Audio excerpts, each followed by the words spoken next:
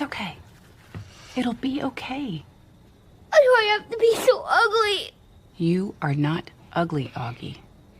You just have to say that because you're my mom. Oh, because I'm your mom, it doesn't count? Yeah. Because I'm your mom, it counts the most, because I know you the most. You are not ugly, and anyone who cares to know you will see that. They won't even talk to me. It matters that I look different. I try to pretend that it doesn't, but it does. I know. Is it always gonna matter? I don't know. Oh, honey, listen.